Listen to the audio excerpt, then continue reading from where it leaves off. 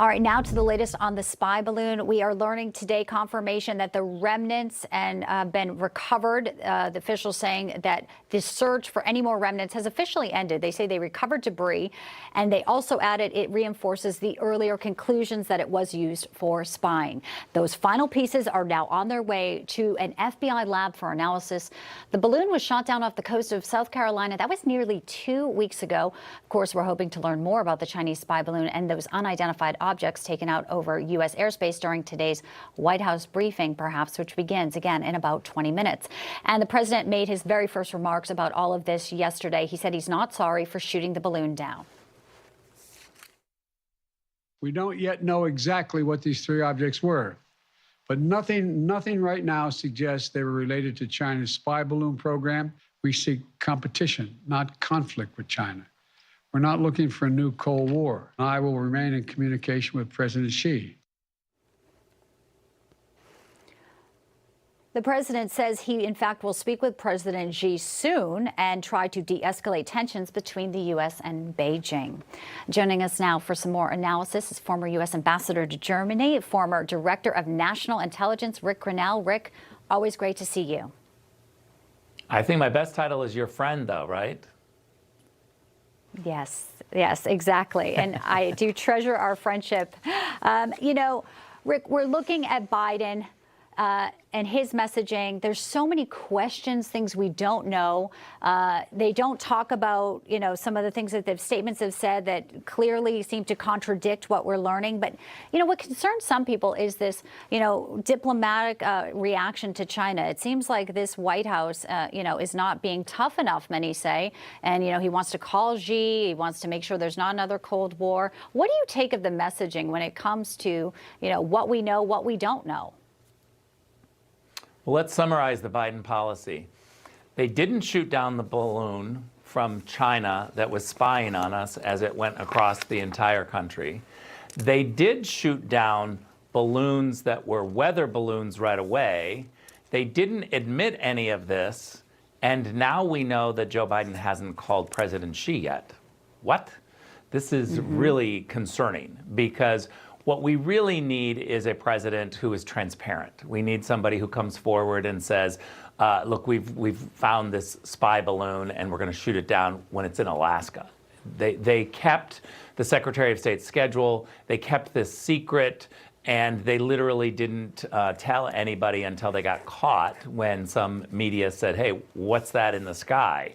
And then they let it completely go throughout the United States. So that's right. I think we need transparency, and we need a leader who actually can pick up the phone and call Xi immediately and say, what's going on? I think that the biggest news here is this, that Joe Biden did not touch base with the Chinese and say, why do you have a spy balloon going across our country, and still says now, oh, I might call him in the future to kind of clean up the situation. This is really troubling.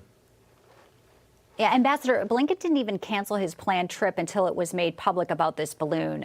So there's a lot of things here that raise eyebrows. And he right now is in Munich for this security conference along with Kamala Harris. While this is happening, you know very well, we're watching 1 year of Putin's war in Ukraine. And many are questioning, you know, where is the diplomatic work being done here?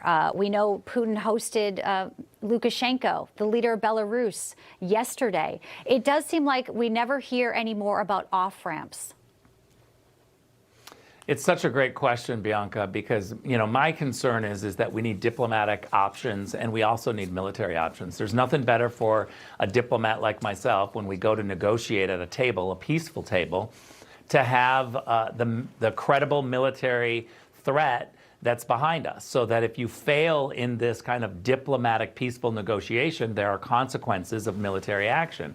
And so the President of the United States needs to have both tools. He needs to be able to have the threat of the Pentagon and the diplomacy of the State Department.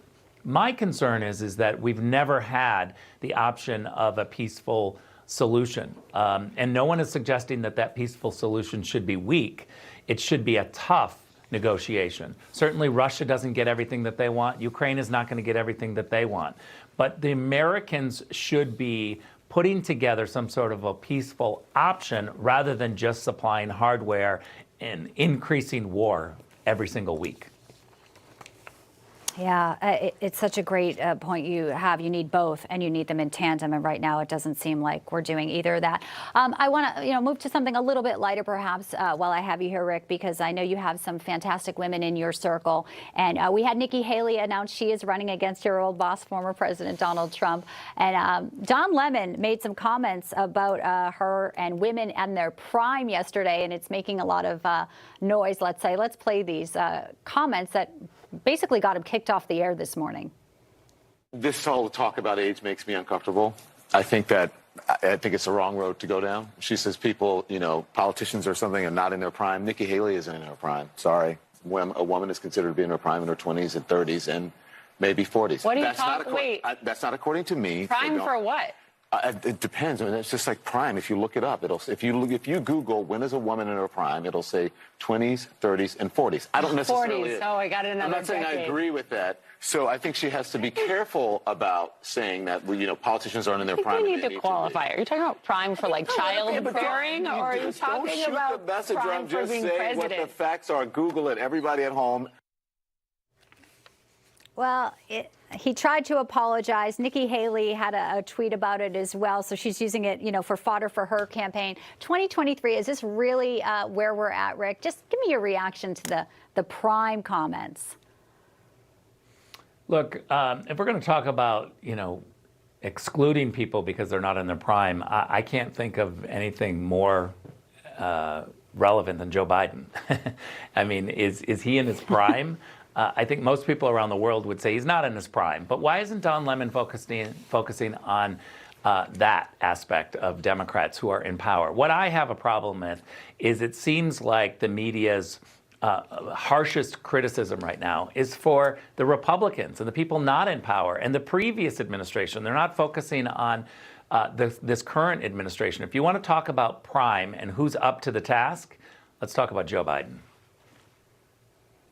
Yeah, let's talk about it for sure. Ric Grenell, great to have you with us today. Thanks so much, Ambassador, and enjoy the rest of your Friday. All the best, Bianca. Thank you.